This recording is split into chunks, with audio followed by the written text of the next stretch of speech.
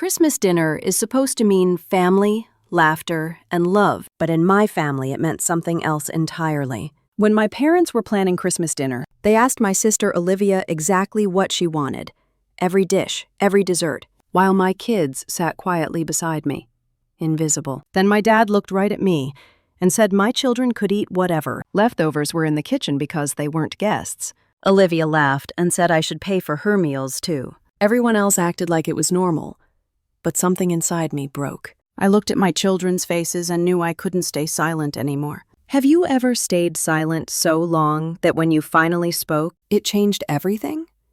Tell me in the comments, because that night, when I finally spoke, my family had no idea what was coming. The cold December air stung my cheeks as I tightened my grip on Grace's hand and urged Ethan to keep up. The Parker estate rose in front of us, glowing with hundreds of twinkling white lights strung across the massive oak trees and along the stone pillars. I had driven my old Beagle all the way from our small apartment in Dorchester to the suburbs of Boston, where the streets curved around manicured lawns, and every house looked like it, belonged in a glossy magazine spread. My parents' mansion, with its 8 bedrooms and white columns, always stood out the most. I balanced the warm pie dish in my other hand, feeling the sweet scent of cinnamon and apples seep through the foil. Grace carried a small gift bag she had decorated herself with red paper cutouts, while Ethan trudged beside me, holding onto the edge of my coat like he always did when he felt nervous. As we walked up the stone step, the front door opened before I could reach for the bell. Helen, the longtime housekeeper, gave me a small smile. Her eyes flicked toward the dining room and she whispered,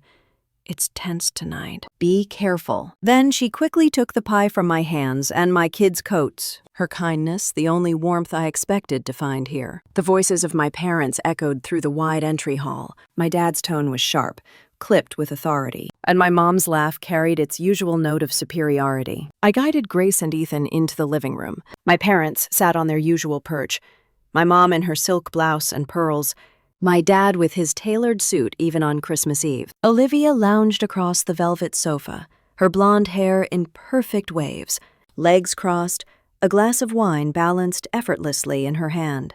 "Oh, you made it," she said without rising. "For a moment I thought you might have gotten lost again." "We had car trouble," I answered softly, guiding the children closer. "But we're here now." My dad folded his newspaper and glanced at his watch. "Punctuality is a virtue, Emily. It seems you've forgotten that." Olivia smirked, swirling her wine. Maybe if she had a real car instead of that rusty thing, she wouldn't always have these problems. Ethan stiffened next to me, his little hand tightening around mine. I pretended not to hear, but my heart sank, knowing he had. "Dinner is nearly ready," my mom announced, already turning back to Olivia. "But before we eat, we should decide on the Christmas menu for tomorrow." My dad reached into his breast pocket and pulled out his small leather notebook, the one he usually used for investment ideas. "All right," he said, "why don't we hear from our guest of honor first? Olivia, what would you like for Christmas dinner?" Olivia's smile widened as if she had been waiting all night for that invitation. "Well, I was thinking of roasted prime rib with garlic butter. Maybe lobster tails too. And definitely that truffle macaroni and cheese from the catering company. Oh, and champagne, of course." "Excellent," my dad said as he scribbled in his notebook. "Margaret, what about sides?" "I'll prepare my cranberry orange relish and order those petit fours from the French bakery," she replied. "And dessert," Olivia chimed in, leaning forward. "I want chocolate soufflé, the one with the raspberry glaze." As they spoke, I glanced at Grace and Ethan. Their faces lit up at the mention of chocolate, but they stayed silent, waiting politely, as they always did. I gave them an encouraging nod. My dad shut his notebook with a satisfied thud and looked around the room. "Well, that settles it. A perfect menu." The silence that followed pressed heavily against my chest. Grace shifted in her seat, her lips parting slightly as if she might ask about her favorite pumpkin pie, but my mom cut her off with a wave of her manicured hand. "Your children can eat whatever leftovers are in the kitchen," she said smoothly. "They're not guests here." The words landed like a slap across my face. Ethan's hand tightened so hard in mine I thought my fingers might bruise. Grace's eyes filled with confusion, her small body stiffening beside me. I felt my throat close, my breath caught between outrage and despair. Olivia laughed, a short, sharp sound. Don't take it personally, Emily. You should be grateful they even get a seat at the table. My dad leaned back, crossing his legs. Go set the table like a good girl. That's what you're good at, isn't it? Taking care of details. For a moment, the room blurred around me. The sparkling chandelier, the scent of pine from the towering Christmas tree, the faint crackle of the fireplace. All I could see were my children's faces, pale and silent, their dignity stripped in front of the people who should have cherished them. I wanted to shout, to slam the pie dish onto the floor, to drag my children out and never return. But years of practice kept me rooted in my seat, my expression neutral. I reached for their hands instead, squeezing gently. Grace's voice was barely a whisper. Mom, did we do something wrong? I forced a smile, though my heart ached. No, sweetheart. You did nothing wrong. Olivia reclined back against the sofa, lifting her glass of wine as if to toast her own victory. My parents resumed their casual chatter, discussing table settings and guest lists, as though my children's humiliation had never happened. I sat there quietly, a smile fixed on my lips. But inside, something shifted. I looked at the glittering ornaments on the Christmas tree and realized I had been here too many times before, always silent, always swallowing the insult. This time felt different. This time I could feel a spark rising in my chest, one that I could no longer ignore. The sound of clinking glasses filled the room as Olivia laughed again, and my dad nodded along with her. Grace lowered her head, and Ethan leaned against me, his little shoulders trembling. I held them close, my smile steady, even as I knew something inside me was breaking free. And at that moment, surrounded by golden light and expensive decorations, I decided that this Christmas would not end the way they expected. I was 10 the first time I realized my place in the Parker family was different from my sister's. That birthday still sits heavy in my chest whenever December rolls around. My cake had been a simple sheet cake from the local grocery store, vanilla with too much icing that made my teeth ache. There were no balloons, no streamers, no friends filling the backyard, just my parents, Olivia and Helen, carrying the cake to the dining room table. Olivia clapped her hands dramatically and leaned forward to blow out the candles with me, stealing the moment as she always did. My mom had snapped a few quick photos, then hurried to take a phone call. By the time the candles were cleared, the day already felt forgotten. But when Olivia's birthday came each spring, the house transformed. The grand staircase was wrapped in flowers, a string quartet played in the living room, and caterers bustled through the kitchen. My parents invited dozens of guests, business partners, neighbors, family friends, and everyone was told how special my sister was. She would open a mountain of gifts while photographers clicked away. My dad beamed at her as if she were a princess,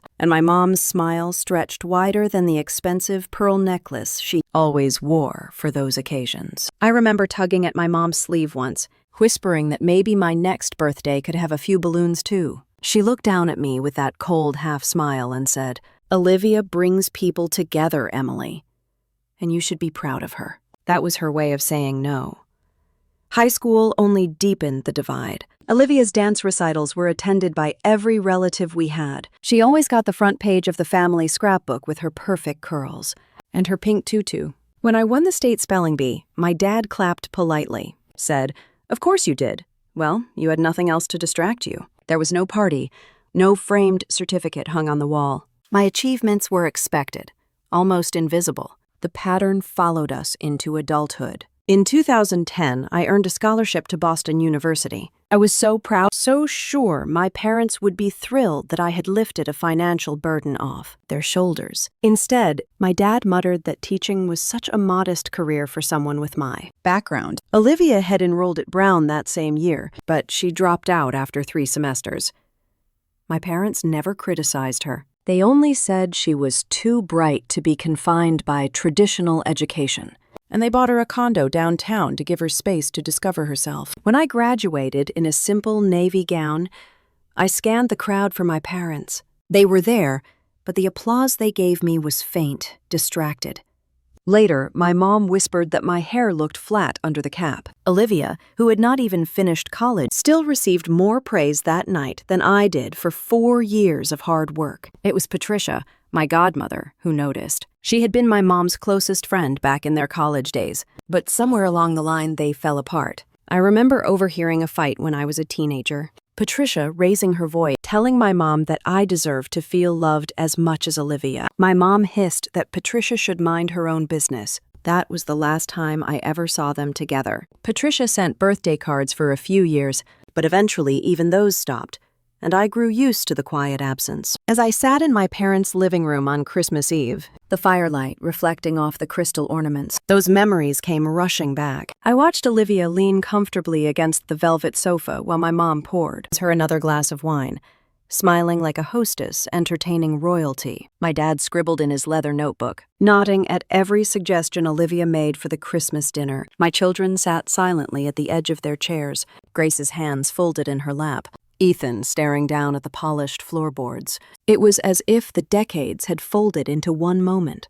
Every slight, every dismissal layered into the air between us. I could still feel the sting of my dad's words from years ago, calling me practical as if it were a flaw, telling me I should be grateful for stability when Olivia was given freedom. My mom's face forever tilted toward my sister, never toward me. Olivia caught my eye across the room and smirked. It was the same smirk she wore at my 10th birthday when she blew out my candles.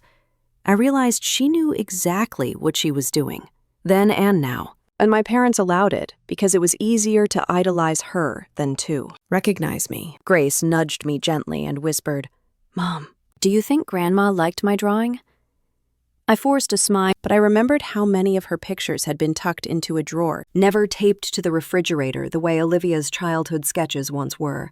Ethan shifted closer, pressing his small shoulder against mine for comfort. My chest tightened as I sat there, smiling faintly at the conversation I was not invited into, holding on to my children who deserved so much better. For years, I told myself that enduring it was noble, that keeping peace at the family table mattered more than my pride. But in that moment, with Olivia glowing under the spotlight and my children shrinking under the weight of silence, I felt something inside me stir. The piano in the next room began to play a carol, and the notes drifted in, sweet but hollow. I looked at the towering tree with its gold ribbons and crystal ornaments, at my mom's satisfied smile, at my dad's sharp profile, and then back at Olivia's smug expression. A voice inside me, one I had buried long ago, whispered that enough was enough. I sat a little straighter, my hand resting firmly on Grace's shoulder, the other around Ethan's. For the first time in a long time,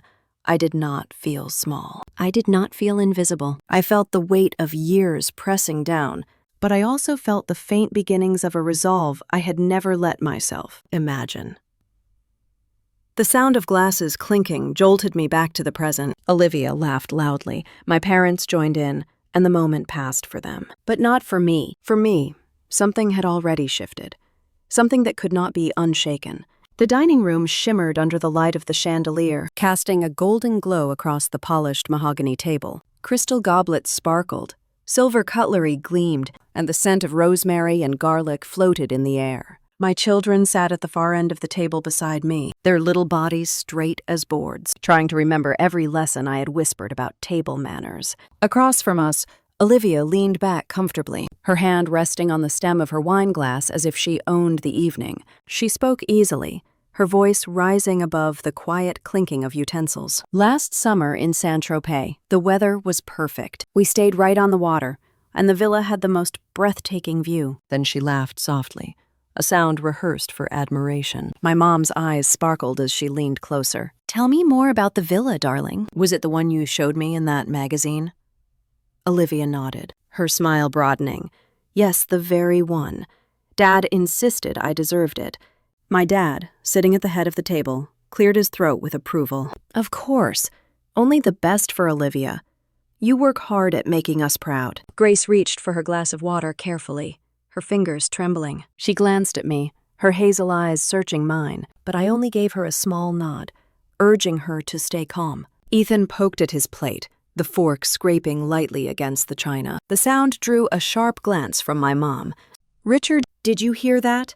Emily's children really must learn to be less fidgety at the table." Heat spread across my chest, but I kept my smile steady. "They are only children, Mom. They are doing their best." Olivia lifted her fork delicately, her rings catching the light. Maybe they just need more practice. When we were little, I never fidgeted at the table. Dad used to say I was born with poise. My dad chuckled, pleased by the memory. That is true. You always carried yourself like a young lady. I swallowed hard, the bite of food in my mouth turning to ash. Grace dropped her gaze to her lap, her small fingers clutching her napkin. Ethan pressed his lips together tightly, his little face reddening. I wanted to reach for them both, to shield them from every word, but I sat still, my hand resting lightly on the edge of the table. The chatter around me continued, a chorus of admiration for Olivia, every sentence sharpening the invisible line that divided us. Olivia leaned forward, her tone bright. I have been thinking of spending a few weeks in Europe again this spring. Florence this time. Perhaps Paris. I think it is important to expose ourselves to culture. My mom sighed with delight. Yes, of course. It broadens the mind. That is why you are so refined, Olivia. I watched Grace's lips part slightly, almost as if she might speak, then close again. She wanted to share her own dream, the way she drew pictures of Paris and taped them to her bedroom wall, but she stayed silent. Ethan took a sip of water, his eyes fixed on his plate. The ache in my chest deepened, a familiar ache that had grown with me since childhood. The same ache I had felt on birthdays, graduations, every holiday where Olivia's voice filled the air while mine was drowned out. But seeing it play out again, this time with my children caught in the line of fire, felt unbearable. My dad reached for his notebook again, scribbling something between bites of roasted lamb. He barely glanced at me, his pen scratching against the page. Grace whispered softly, just loud enough for me to hear. Mom, do you think Grandma liked my drawing? I forced a smile and squeezed her hand under the table. Of course she did, sweetheart. But I knew the truth. I had seen my mom take that carefully drawn picture earlier, holding it with 2 fingers, as though it might soil her silk blouse, then hand it to Helen to put away. Not a word of admiration. Not even a smile. Just another dismissal. Ethan shifted closer, his shoulder brushing mine. His voice trembled as he whispered, Mom, did we do something wrong? My throat tightened. No, honey, you did nothing wrong. Olivia's laugh rang out again, filling the silence between us. She raised her glass toward my parents. To my family, the people who make life worth living. The words stung more than they should have, dripping with irony, because I knew who she meant. To her, family meant admiration, gifts, money, vacations, and the endless approval that followed her like a shadow. To me, it had always meant silence and sacrifice. I sat still, the chatter continuing around me, the fire popping in the hearth, the crystal glasses clinking. My smile remained fixed, but inside something had begun to unravel. I could feel the edges of my composure fraying, the weight of years pressing down harder than ever. I lifted my glass of water and took a slow sip, watching the condensation trail down the side. The chandelier's light refracted through the crystal, scattering golden flecks across the white tablecloth. Everything looked perfect, polished, untouchable. But beneath the shine, I could see the cracks forming. Cracks no one else wanted to admit were there. Olivia turned to my mom and began recounting another story of a gala she had attended in New York, her voice brimming with pride. My parents leaned in, captivated, as if every word she spoke was a jewel to be treasured. I looked down the table at my children, their small frames swallowed by the grandeur of the setting, their voices silenced,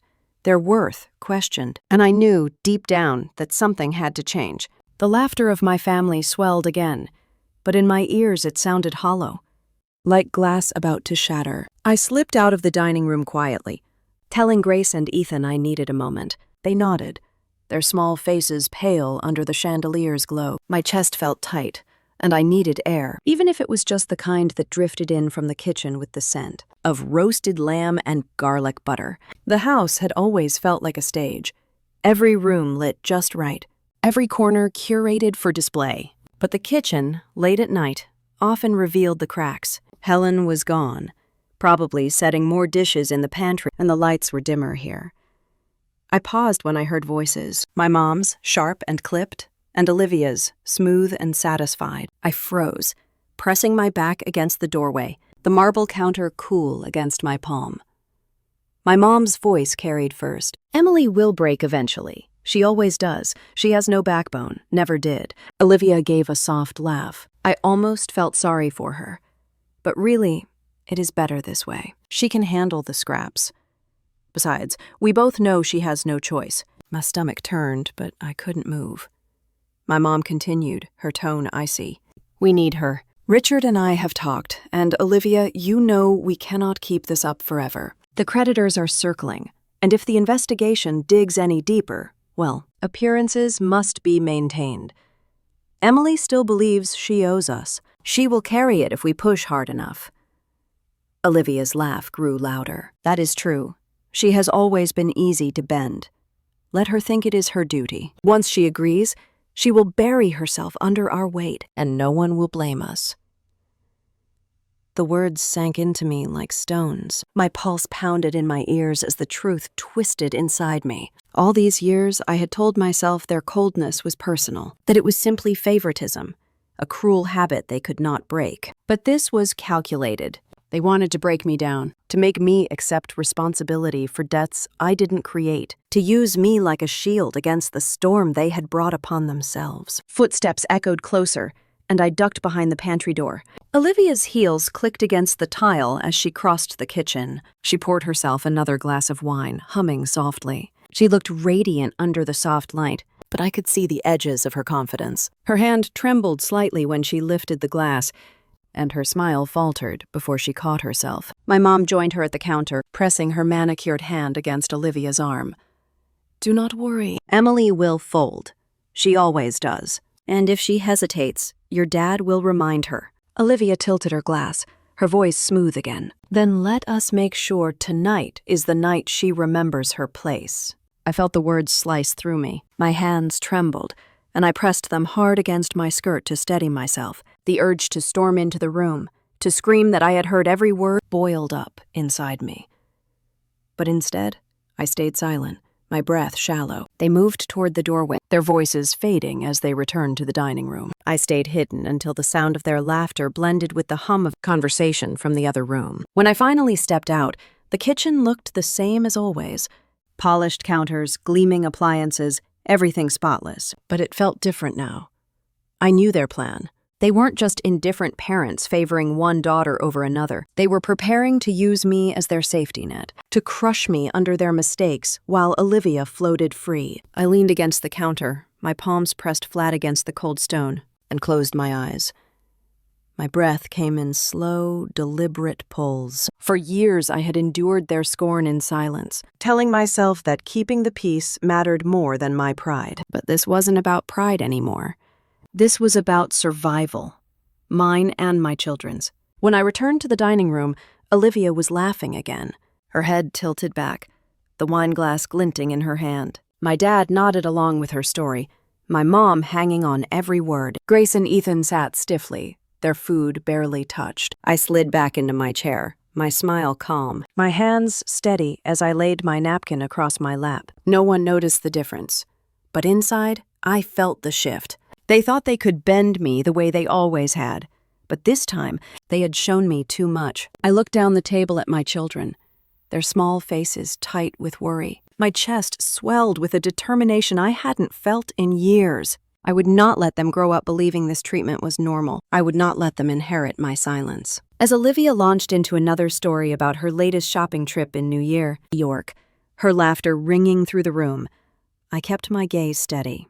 I smiled when they looked at me, nodding politely, but my mind was elsewhere. I knew then that the night would not end the way they expected. Something inside me had already begun to harden, and for the first time, I welcomed it. The fire in the living room crackled, but it did nothing to cut through the chill that had settled over me. Dinner plates clinked as Helen cleared the table, her quiet efficiency the only steady rhythm in a night that felt like it was unraveling. Piece by piece, my dad leaned back in his chair, his notebook open. The same one he used for business meetings, his gold pen tapped against the page. My dad adjusted his glasses and spoke in that tone I had known since childhood, the one that sounded like a verdict. Emily, while Olivia is staying here, you will contribute to the household expenses. It is only fair." Olivia smirked, swirling the last of her wine. She glanced at me, her lips curling into a smile that carried no warmth. "Think of it as helping family," she said sweetly, though her eyes glittered with triumph. My heart raced, but I kept my face calm. "And what about my children?" I asked. "Are they not considered family at this table?" My mom stiffened. Her gaze was steady, but cold, as though she was talking about strangers. "Grace and Ethan will eat whatever is left in the kitchen. This is not complicated." Ethan's hand clutched mine under the table, his small fingers squeezing tight. Grace's eyes filled with confusion, though she said nothing. Her lips pressed together in a thin line. My dad tapped his pen again, his voice sharper now. "Enough of this emotional display. Go set the table properly for dessert, Emily. Do what you do best, and be useful." For a moment the room blurred. The polished chandelier lights seemed too bright, Olivia's laughter too loud, the clink of crystal glasses too sharp. I felt years of swallowed words press against my chest, and for once I did not swallow them back. I rose slowly, my chair scraping the floor. Grace and Ethan looked up at me, their faces pale but hopeful. I squeezed their hands gently. "Get your jackets," I whispered. "We are leaving." The room fell silent. Olivia let out a high laugh, shaking her head. "Here we go again," she said. "Always the dramatic one." My dad's voice thundered across the table. "Sit down, Emily. You are embarrassing yourself." I stood taller, meeting his glare. "Number, I will not sit. Not tonight." My mom's face twisted, her wineglass trembling slightly in her hand. "You cannot walk out. Family loyalty demands better than this." I almost laughed at the word loyalty. The hypocrisy of it, so sharp it almost cut through me. "Loyalty goes both ways," I said evenly, "and my children will not sit here another second to be treated like they do not matter."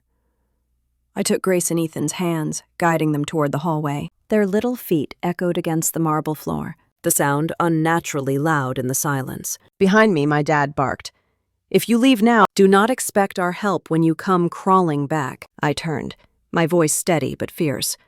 "Help," I repeated. "You never helped when I needed it most. Not when Thomas left, not when Grace needed braces, not when Ethan needed childcare so I could work. You gave me judgment, not help. That ends tonight." Olivia stepped into the hallway doorway, blocking us for a moment. She leaned casually against the frame, though her eyes betrayed something restless. "You know they only invited you here because they need something from you," she whispered. "I told them you would never agree unless they broke you first." The truth in her words hit me, but it also cleared the fog. They had revealed themselves fully tonight. I did not need to wonder anymore. "Move, Olivia," I said quietly. She smirked, but there was hesitation before she stepped aside, letting me pass. Grace and Ethan hurried to the coat rack, slipping into their jackets with fumbling hands. I knelt in front of them, my voice low and calm. "We are going to have a special dinner somewhere else, somewhere we will be treated the way we deserve." Grace's eyes widened. "Are you sure, Mom? Grandma looks so mad." I brushed her hair back gently. "I am very sure." I rose and opened the heavy oak door. The winter air rushed in, sharp and bracing against my cheeks. Behind me, I could still hear their voices, rising and overlapping. My dad's orders, my mom's pleas, Olivia's mocking laugh. But I did not turn back. As we stepped onto the stone steps, Ethan slipped his small hand into mine. "Are we in trouble, Mom?" he asked softly. I looked down at him, my chest tightening with pride and pain all at once. "No, sweetheart. For the first time in a long time, we are finally out of trouble." We walked toward the driveway where my car waited, its old frame dull beside the gleaming luxury cars lined up in a row. The night sky stretched above us, cold and endless. But I felt lighter with every step away from the house. The voices behind us grew faint as the door shut hard, sealing them inside with their schemes and their pride. Ahead of us was uncertainty, but it was ours. I unlocked the car, the sound of the door latches snapping open, breaking the silence. Grace and Ethan climbed into the back seat, their faces still pale, but their eyes brighter. I slid into the driver's seat, my hands gripping the wheel. For a long moment I sat there, the engine silent, listening to the soft sound of my children breathing behind me. I could still feel the heat of the dining room, the sting of my dad's words, the icy dismissal in my mom's tone. But I could also feel something else, rising slowly, steady and strong. I turned the key, and the old engine rumbled to life. The road stretched ahead, slick with melting snow, the kind that reflected streetlights like broken glass. Grace and Ethan sat quietly in the back seat, their tired faces half hidden under their winter hats. I could still hear my dad's voice echoing in my head, telling me to set the table like a servant, as if I should be grateful for the scraps of their affection. I gripped the steering wheel tighter, keeping my voice steady as I said, "We're getting dinner somewhere better." I didn't know where that would be until I saw the glow of Morton's Steakhouse at the end of the block. Warm light spilled through the windows, gold against the cold night. I parked the car, straightened my coat, and led the kids inside. Grace looked uncertain, like she wasn't sure we belonged here. Ethan whispered, "Mom, this looks expensive."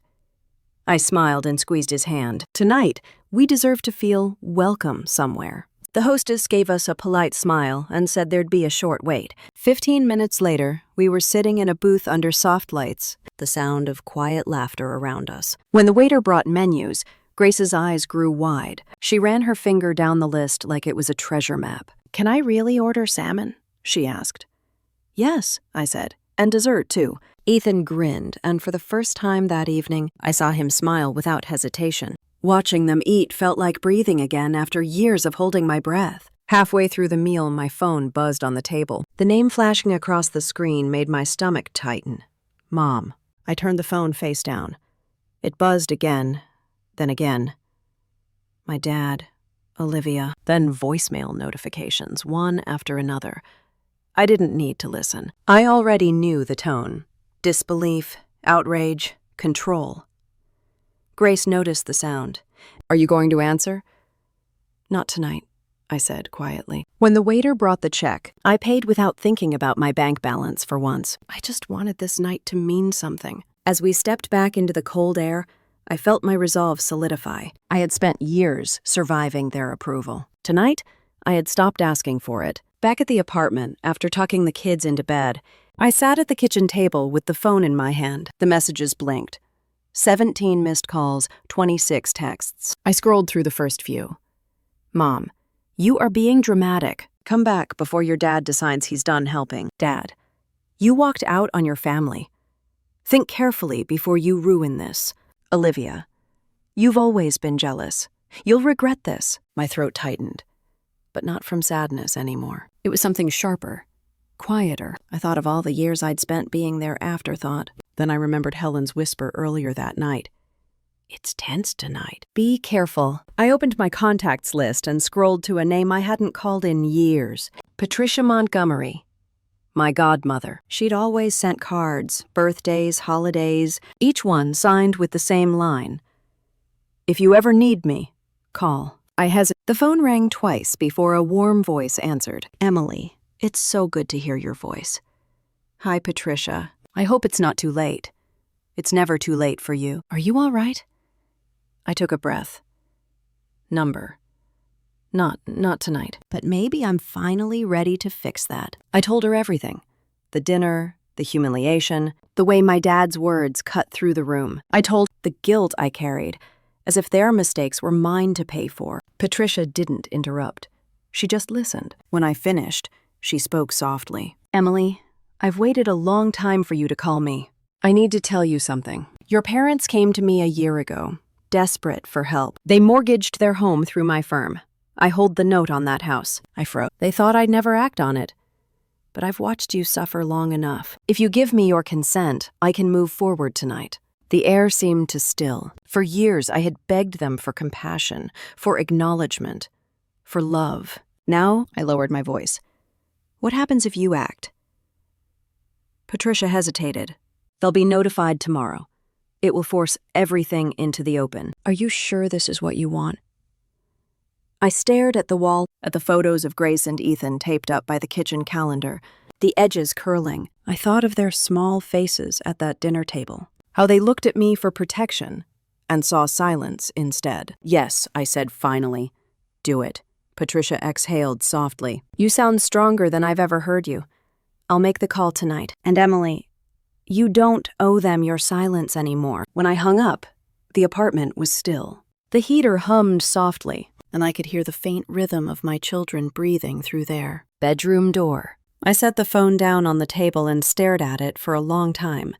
I had always imagined revenge as loud, fiery, something that would make me feel powerful. But in that quiet kitchen, it didn't feel like rage. It felt like a release. Hours later, my phone lit up again, but I didn't answer. I already knew what was happening. My parents would wake to calls from the bank. Olivia's accounts would freeze. The house that had always represented their pride would finally bear the truth. They had hidden behind its white columns. I leaned back in the chair, closing my eyes. I hadn't screamed or fought or begged. I had just made one call, and that one call was enough to change everything. By morning, the world outside my window looked untouched. Soft snow covering the streets like nothing had happened. But my phone told a different story. It started vibrating before sunrise and didn't stop. Private numbers, unfamiliar area codes, then texts one after another. What did you do? Call me immediately. This is urgent. Olivia, are you out of your mind? I set the phone face down on the table. Great Ethan snoring softly on the couch under a blanket. The heater buzzed against the winter cold, and I sat there, holding my coffee, watching the steam curl upward. It took just one call, I thought. One quiet call. Around 9, Patricia phoned. Her voice was calm, professional, the same tone she had used when she helped me sign my first lease years ago. Emily, they've been notified. The bank has frozen their accounts. The legal filings will arrive by noon. There will be calls, emails, attempts to manipulate you. Stay quiet. I nodded, even though she couldn't see me. Thank you, Patricia. You did the hard part, dear.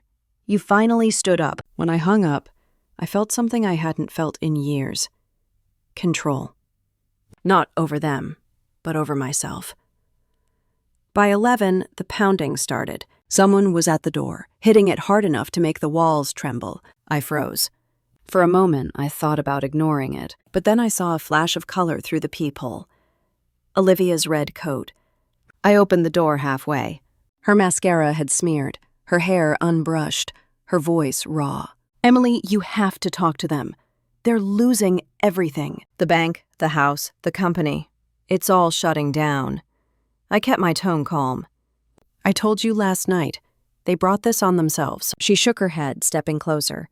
You don't understand. They're saying you betrayed them, that you turned Patricia against them. I folded my arms. Patricia didn't need convincing. She knew the truth long before I did.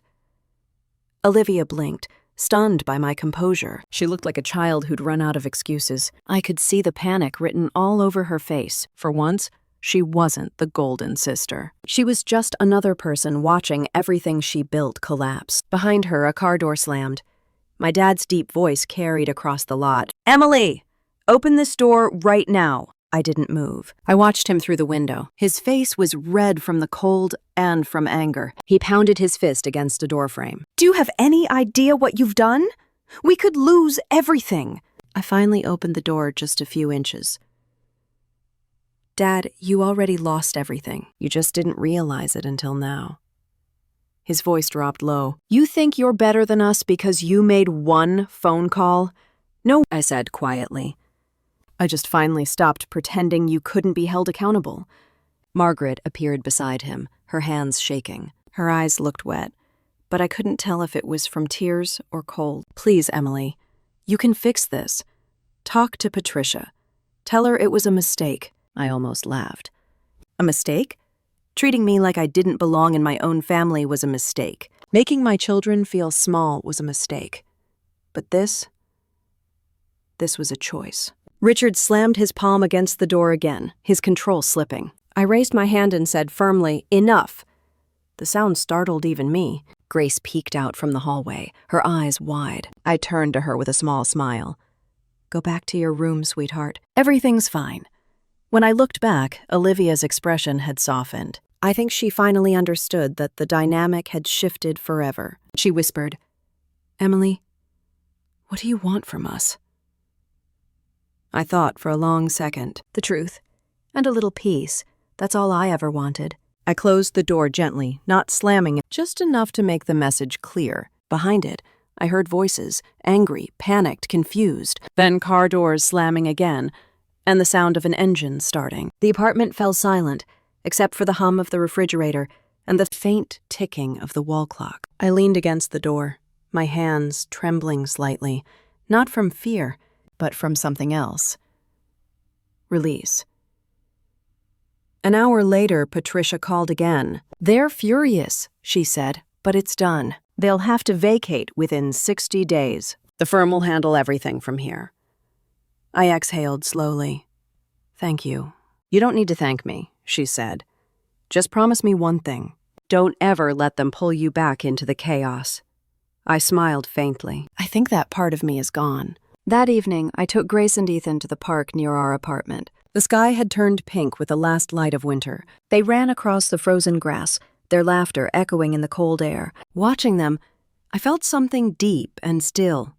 Peace mixed with pride. For years, I had imagined revenge would feel like victory. But standing there, it didn't feel like winning.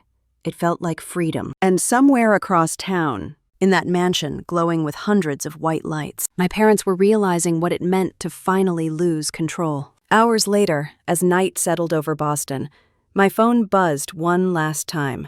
A single text from an unknown number. "You made your point." I smiled, turned the phone off, and looked out the window at the falling snow. Maybe I had, but more than that, I had found my voice. And once you find that, no one can take it away. By the next afternoon, the snow had started to melt, leaving the streets wet and gray. I was sitting at the kitchen table with a cup of coffee that had gone cold when I heard the first knock at the door. It was softer than yesterday, hesitant almost, but I already knew who it would be. My parents never left things unfinished, not when they thought they could still control the outcome. I opened the door and saw my mom standing there, bundled in her wool coat, her eyes swollen from what looked like sleeplessness. Behind her, my dad stood rigid, his expression unreadable. "Emily, may we come in?" my mom asked, her voice trembling slightly. I stepped aside, motioning them toward the living room. The air between us was heavy. Grace and Ethan were at school, and for once, I was glad they didn't have to witness this. My dad looked around the small apartment like he had stepped into another world. It was clean, but modest, with secondhand furniture and children's drawings taped along the walls. He ran his hand across the back of a chair and muttered something about the heating. I stayed standing. "What do you want?" I asked, keeping my tone even. My mom sat on the couch, her gloved hands clenched together. "We came to apologize," she said. But the way she said it made it sound like a performance, not a confession. My dad shifted beside her. "Patricia is ruthless, Emily. You have no idea what you've done by involving her." I folded my arms. "I didn't involve her. I told her the truth. She acted on what she already knew." He looked at me with disbelief, as though my calmness offended him. "You think this makes you strong," he said quietly. "You've destroyed your own family over a petty argument." I shook my head. "No, Dad. You destroyed it when you decided your pride was more important than your children's dignity."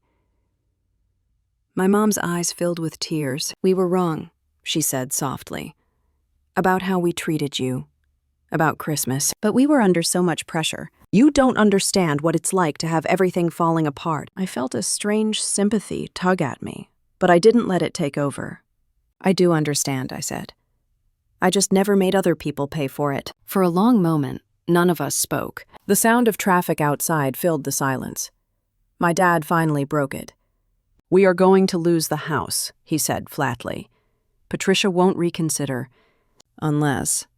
He didn't finish the sentence, but I knew what he meant. "Unless I convinced her. Unless I saved them." I took a slow breath. "You want me to fix what you broke. You want me to go to Patricia and beg her to forgive you." My mom looked up quickly. "We wouldn't ask if it wasn't desperate. You could talk to her. She listens to you." I studied their faces, the same faces that had once looked down on me at the dinner table, that had watched as my children were humiliated. Now they were smaller somehow, older, stripped of their certainty. "Why would she listen to me?"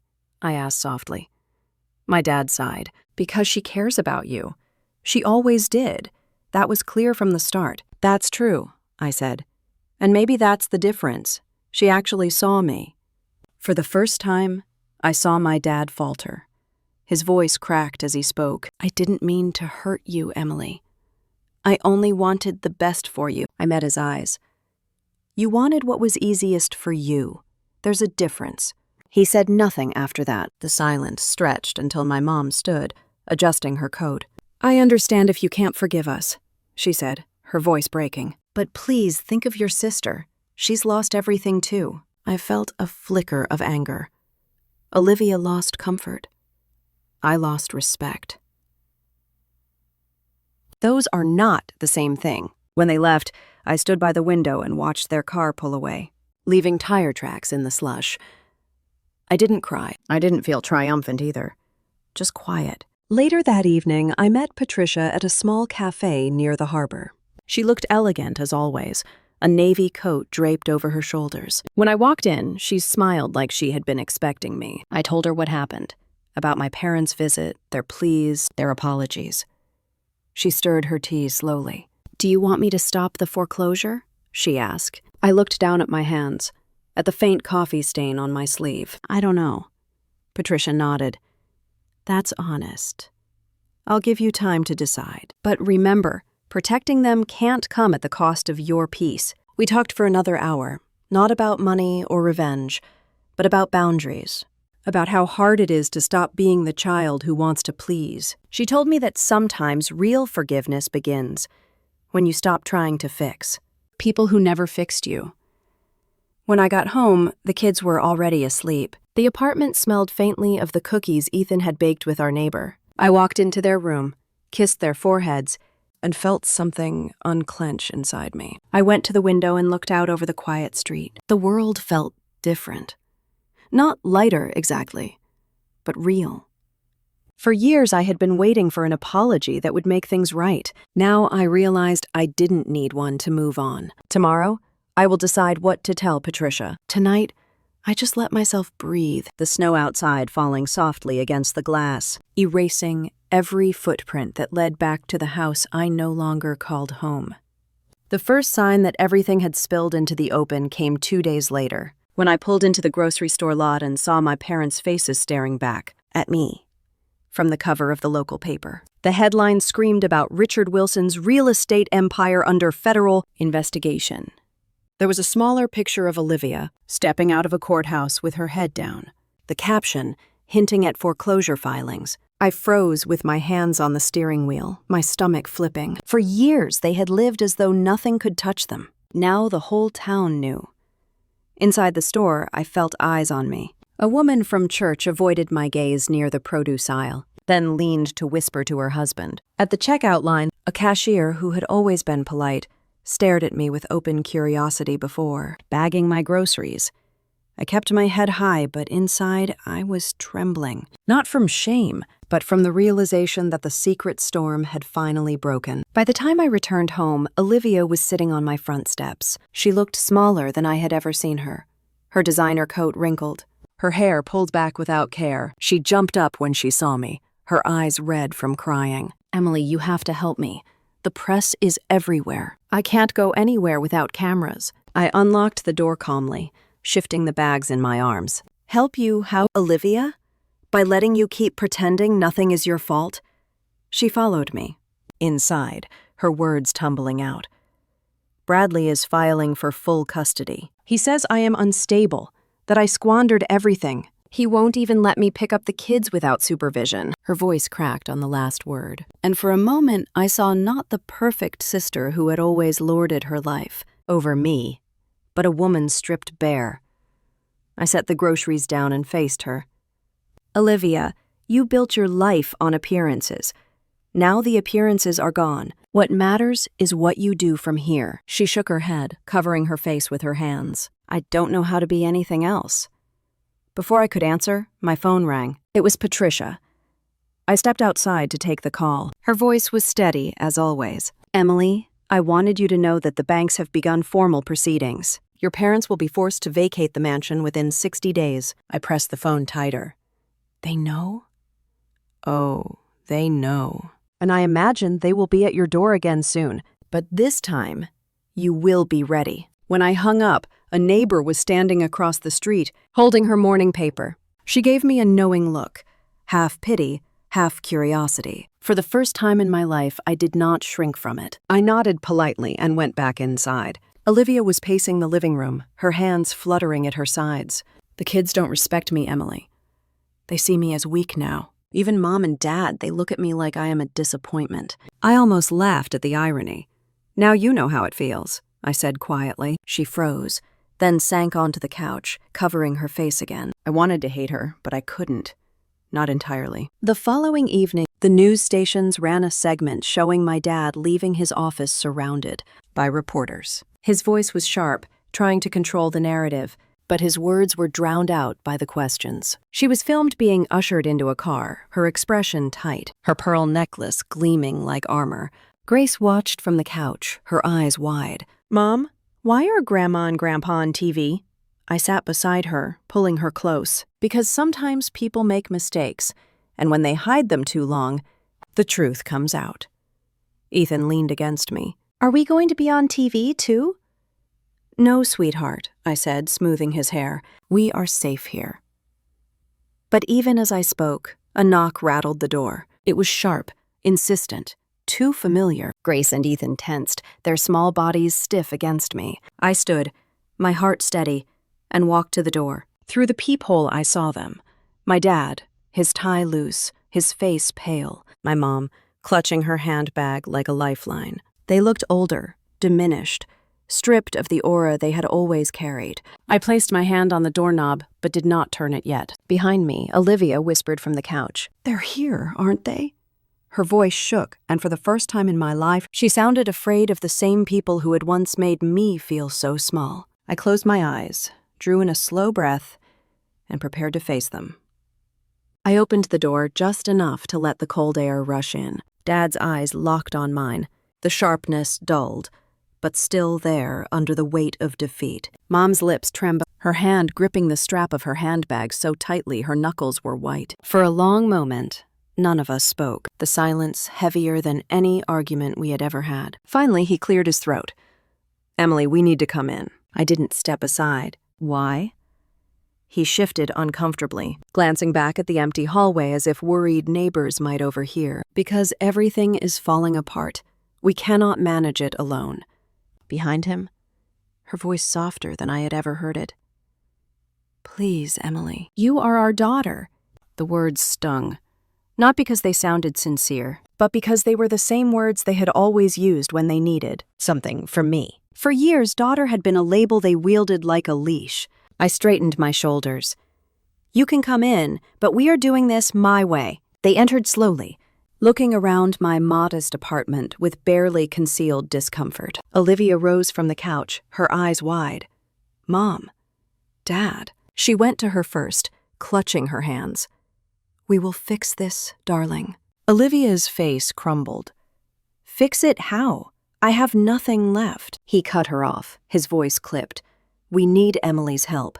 Patricia is holding the mortgage. She is threatening to take the house." I crossed my arms.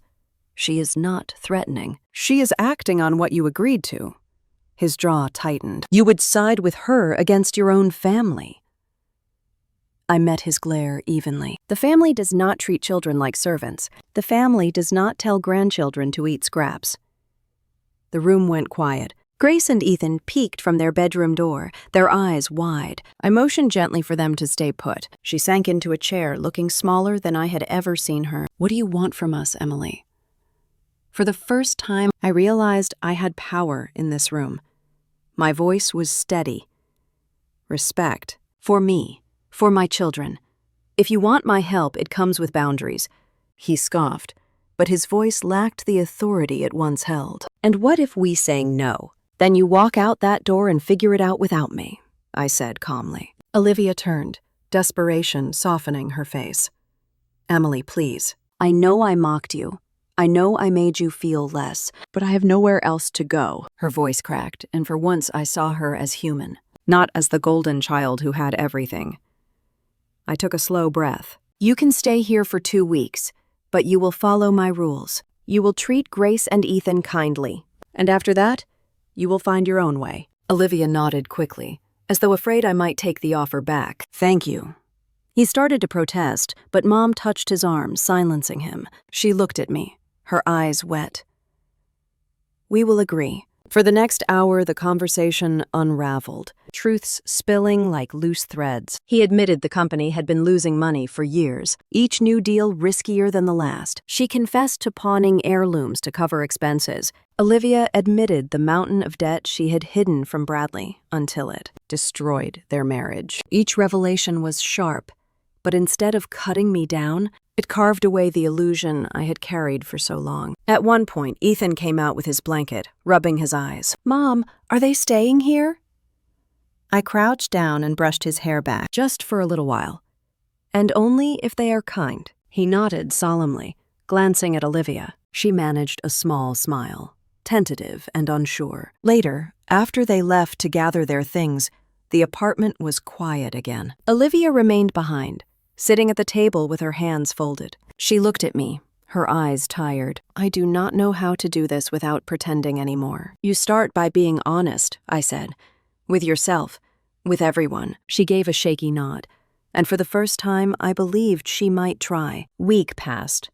Patricia's attorney drew up the trust, securing the future for Grace and Ethan. The mansion was sold, the proceeds swallowed by debts. My parents moved into a small condo across town. They visited sometimes, awkward and subdued, but for the first time, they treated my children with genuine warmth. Olivia found part-time work at a boutique, her pride bruised but her steps steadier. 6 months later, I stood in the backyard of the house Patricia had helped me buy, watching Grace and Ethan chase each other across the grass. The air was warm, the sun low. Olivia sat on the porch steps, laughing softly at something Ethan said. My parents arrived carrying store-bought pie, and no one criticized it. For once, the table we gathered around felt equal. As I cleared the dishes that evening, my dad approached me. He shifted awkwardly, his hands in his pockets. "You have built a good life, Emily. A better one than we ever gave you." It was not an apology, but it was the closest he had ever come, and I accepted it. That night, after everyone left, I tucked Grace and Ethan into bed. Ethan whispered, "Mom, are we safe now?" "Yes, sweetheart," I said. "We are safe." I closed their door and leaned against the wall, feeling a peace I had never known. For years, I thought loyalty meant silence, that love meant sacrifice without limits. But now I understand the truth. Boundaries are not walls. They are gates.